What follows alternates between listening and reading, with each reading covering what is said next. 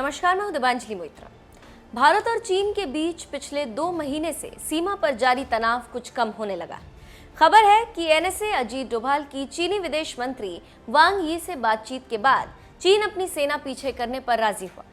यही नहीं, गलवान में गाड़े गए टेंट भी उखाड़कर चीनी सैनिक वापस ले जा रहे।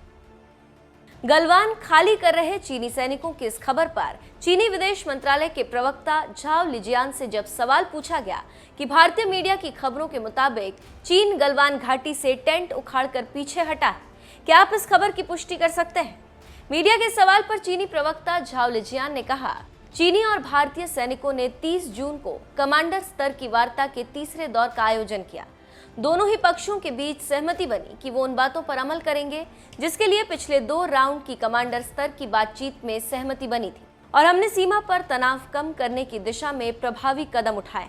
हमें उम्मीद है कि भारत भी अपनी तरफ से इतनी ही दूरी तय करेगा।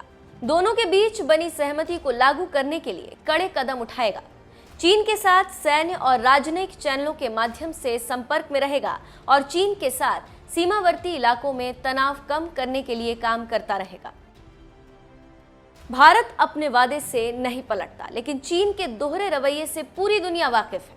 6 जून को ही पहली कमांडर स्तर की बातचीत हुई थी, जिसके मुताबिक भारत एलएसी से सैनिकों को हटाने पर बनी सहमति के रुख पर कायम था।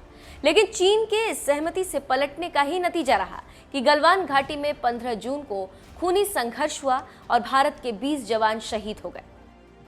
कमांडर स्तर की दूसरी और 30 जून को हुई तीसरी बैठक में भी इसी रुख के साथ भारत ने चरणबद्ध तरीके से सैनिकों को हटाने की बात स्पष्ट कर दी थी। इसके बाद एनएसए अजीत डोभाल और चीनी विदेश मंत्री वांग यी के बीच रविवार को बातचीत हुई, जिसके बाद चीन गलवान घाटी से अपनी सेना पीछे हटाने को राजी हो गया।